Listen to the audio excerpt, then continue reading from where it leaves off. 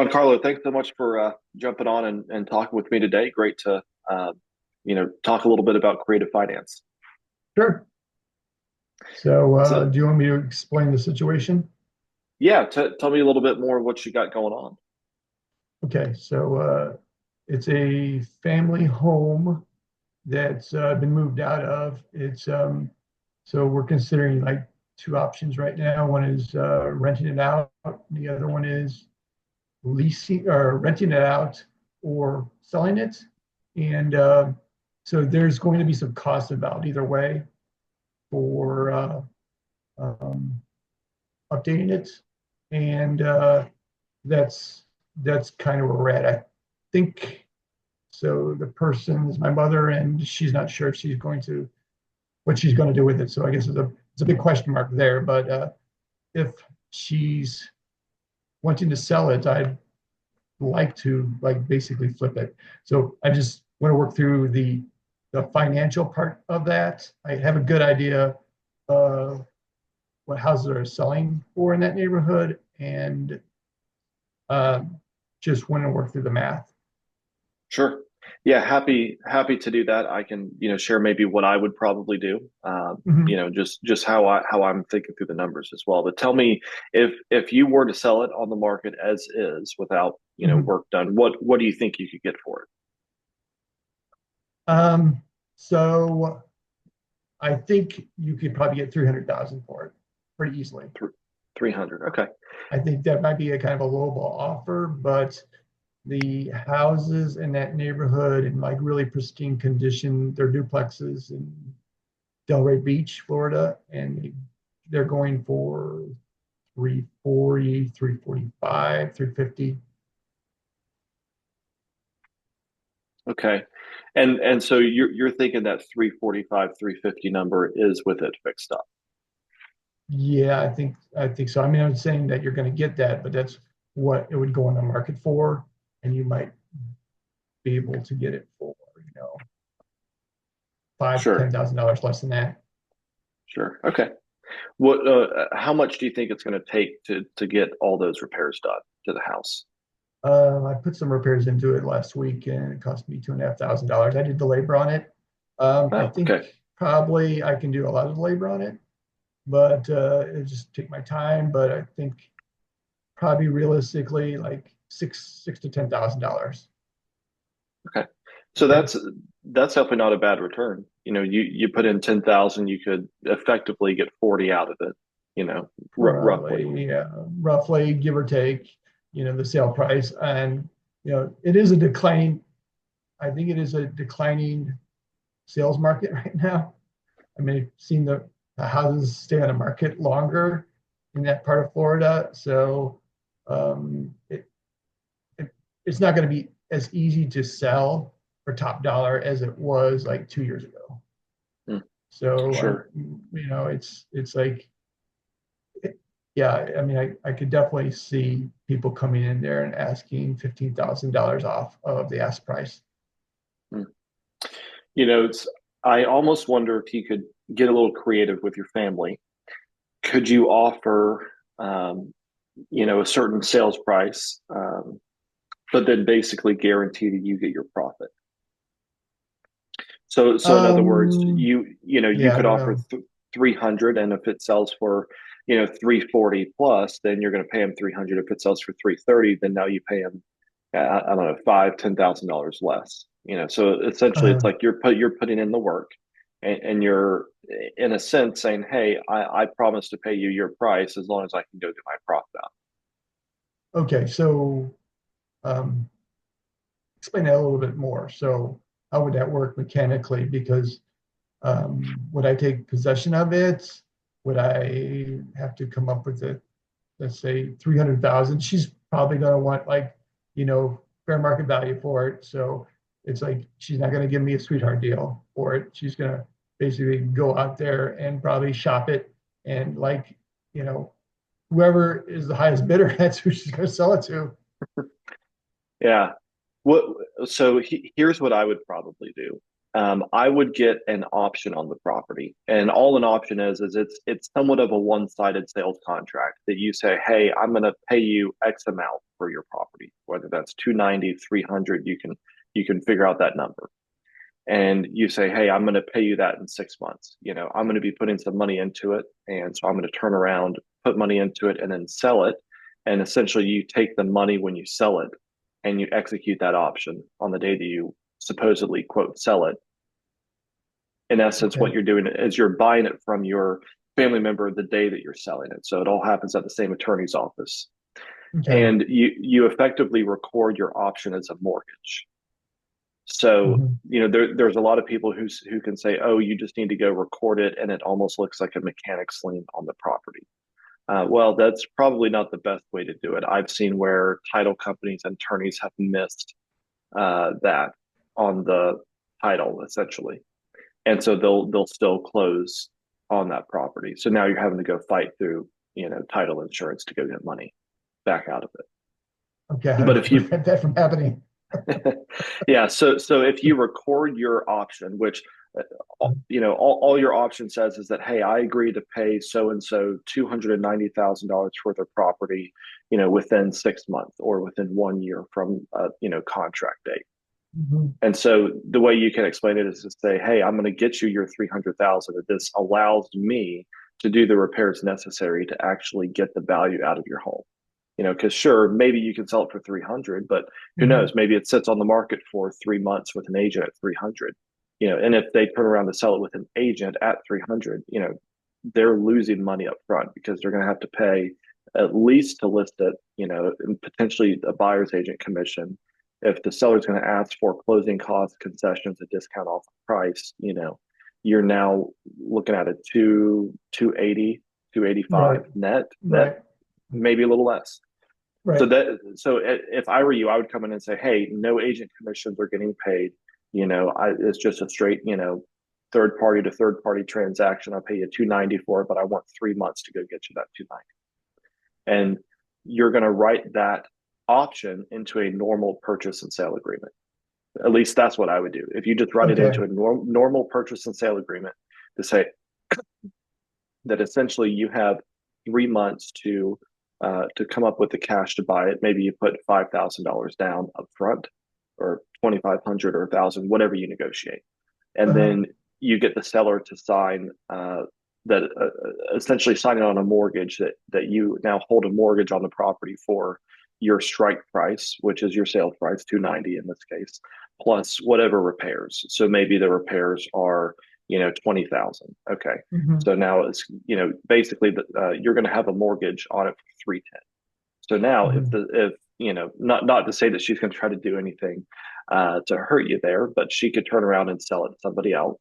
But if you have a mortgage for 310,000 on the property, well, now nobody's going to close that. Nobody can get title insurance on something that has a cloud on title. And that's effectively what the mortgage is doing. You're clouding the title so that nobody can sell it out from underneath you. You're protecting yourself because you have a contract to pay the seller a certain price, and now you've protected your cash that you've invested into the house. That again is now going to be worth 345, 350. Okay. Okay. All right. So that's basically a regular purchase contract for a house with this option built into it. Correct. My Okay. experience is that if you talk to a seller and you tell them, "Hey, I'm going to send you a contract or a offer on your house," they're going to look at that and think, "Okay, there's some meat and potatoes to that." But if you just tell them, "Hey, I want to go get an option on your house," I Hmm. want to go, essentially tie up your house for 3 6 months. Most Hmm. people aren't going to do that, and so if you just send them an option contract by itself, you know, throws up some red flags. But if you send it Uh-huh. on a purchase and sale agreement, it's the same language. You just build it into your purchase and sale agreement, whether that's an addendum to the contract or whether that's specific language that's in there. So I would recommend talking with a real estate attorney in your state because I know you're down in Florida. I'm in South Carolina. Uh-huh. Obviously, I'm not an attorney, so I can't tell you the legalese state by state. Uh-huh. But if you have somebody like an attorney come in to help you actually draft that, Mhm. They can write it up and get you exactly what you're looking for. So I'm curious about a couple questions. Is the real estate commissions you said, um, do those have to be paid or on both sides, the buyer, I mean, the selling agent and the buying agent, is there ways of lowering those commissions or avoiding them entirely? Yeah, great question. So if you are going direct to your family member, you're Hmm. not using a real estate agent, somebody's not listing the property for your family member, you're not using an agent to help you buy it, a lot of times those commissions can be avoided altogether. Okay. There's no agent involved. Um, Typically, and I think What that about Florida, on the buying? I mean, obviously I'm taking option on it, so I'll have to get it on the market to find a buyer for it. So, I mean, how do sure. I, I have to have, I have to have an agent representing me to actually to sell it, right? How do I? Yeah. So typically you would. Obviously, with the new lawsuit that came out last year, all commissions are always negotiable. Yeah. So you can say, hey, if somebody, if a buyer's agent brings a buyer, happy to negotiate that commission deal. And so now that's another leverage point for you as the seller to hopefully keep more money in your pocket. Okay. You're probably going to end up spending some money with an agent to list it. Not always. You could try the for sale by owner route. People have had success with it. It's kind of hit or miss from my personal research, but totally up to you. Uh-huh. If it seems to be kind of a hot market, I mean, we're looking at the end of January, beginning of February. Typically, that spring selling market's going to come around mid March, and kind of run through, mid late May. That's kind of that spring selling season. Yeah. You might have some luck, if you just throw it out there yourself, depending Maybe upon the inventory levels. there's in that neighborhood that with duplexes. I mean, I've typically seen 5 to 8 houses, which seems kind of a lot. So, I mean, there's a lot to choose from, even in that neighborhood. I mean, I'm sure buyers in that neighborhood will be looking at each one of those houses. So, Mhm. another question: does the my sale price get exposed to the family member? So, let's Uh, say I make maybe I sell it for 330 or something, right? I don't want the jealousy that I know will come up when it's like, oh, I bought it for 300 and you sold it for 330. yeah, and that's definitely a fair point. Some of that might certainly come up. It's going to be really hard, if not impossible, to hide what your sales price is when you exit the property. But the way I would sell it is to say, hey, I've had to put time and energy and effort into this to fix it up and renovate. It was not market ready. And so there's I think obviously cost involved there. I think that's yeah, I think that's some a discussion that probably would happen up front. So it's like, you know, that Yeah, they just that's the expectation. It's like I'm the point of all this work is to make money on it. So it's right.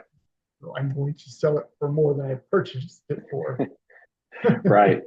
Otherwise, your family member could just hire you and pay you your, you know, time cost for your labor to do the renovation work themselves. It sounds Right. like they probably don't want to spend, the extra $10,000, $15,000 that it might cost to continue to fix it up and renovate it. I Um, don't think they are. yeah, so that's probably what I would do, and I do like your point of having that conversation up front.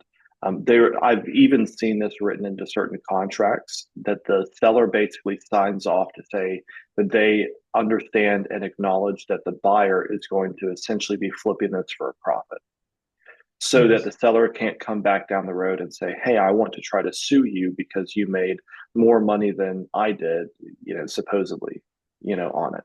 But if you think Right. about it, a 330 sales price, after paying some commissions, it's certainly still a good return for you, but it's not like you're netting $30,000. Right. Yeah. It's still a lot of work for maybe 10, $15,000. Right. But the reason I suggest the option contract or the option on the house is because it avoids you having to either A, pay 300,000 yourself out of pocket, or B, finance that purchase.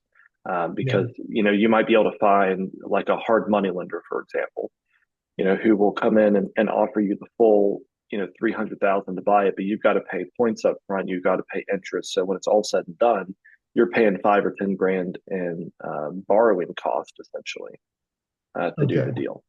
So the option avoids you having to buy it at all, but rather Okay. it gives you the ability to purchase it in 3 months or 6 months, whatever that timetable is. And again, the way that the option works is that you would never take title to property, or if you did, it's maybe like So five does that minutes mean at the that I would attorney's never office. have to get financing for it?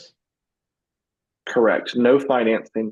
The only thing you'd have to have is your cash or money to be able to go do the repairs. So Okay. I mean, And the honestly, it's option, right? I mean, an option, correct. I'm paying a strike price, whatever that's agreed on, right? So that money is basically goes to the seller. And in the case where I couldn't get my price for it, um, I would lose that strike price money, correct? My option money. Right, right. Are you able to go see my screen okay here for the Yeah, I can see that. okay. Okay, perfect. So I probably should have done this to begin with, but let's say that you're gonna buy it for, again, I'm just gonna say 290.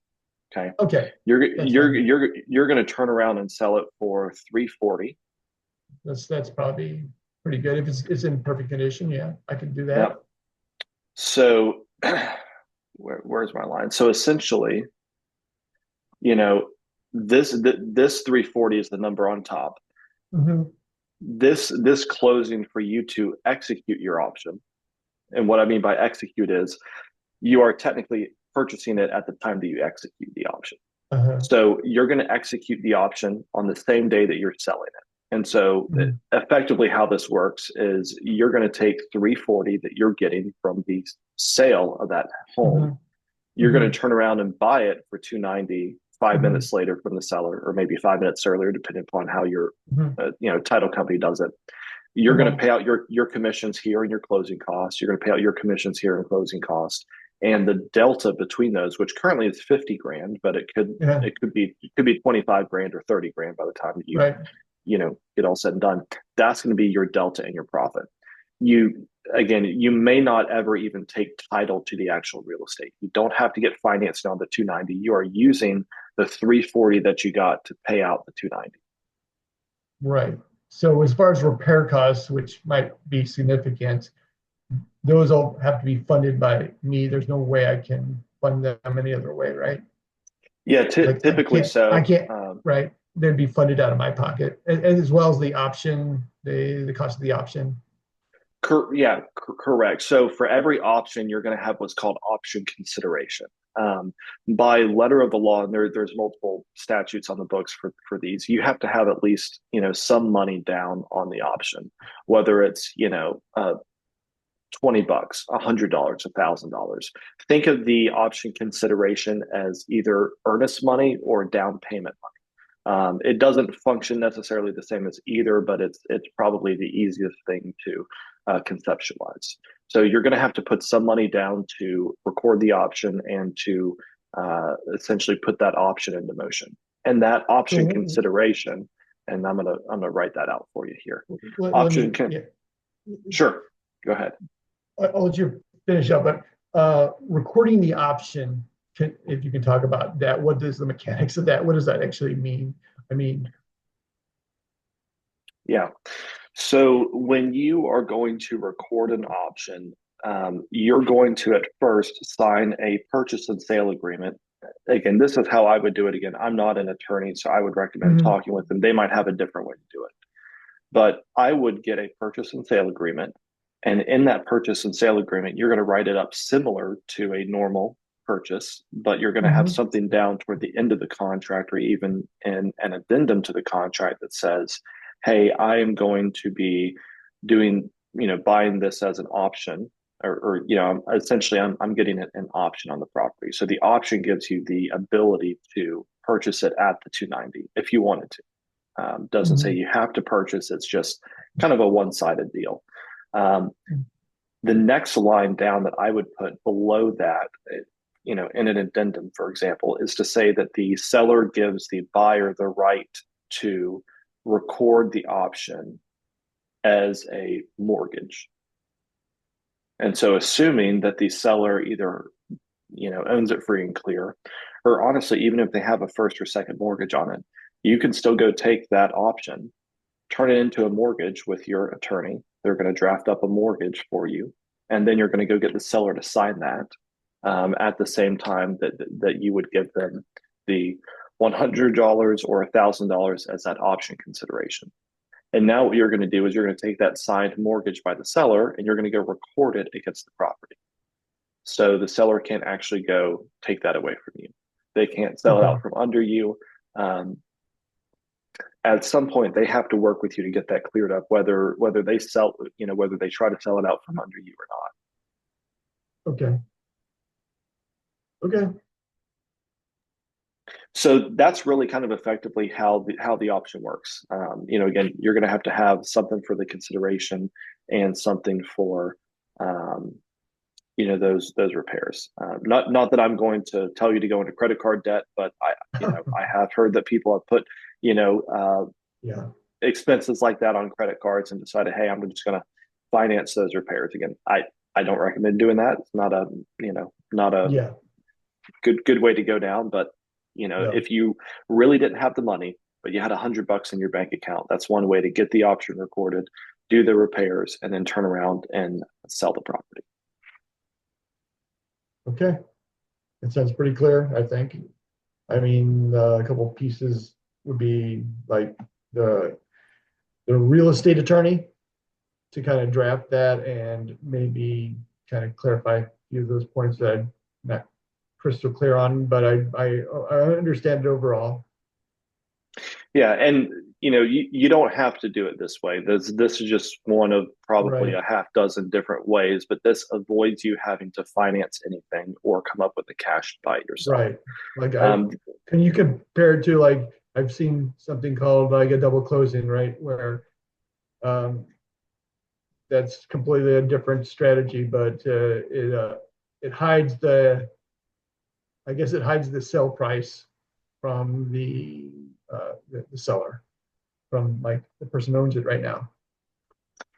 um, it probably wouldn't. Probably If wouldn't. in Okay. No, if anything, it would hide your purchase price from the seller from the actual end buyer. So the person who's going to live in that home, for the Mhm. next couple years, they could potentially not see what you paid for it.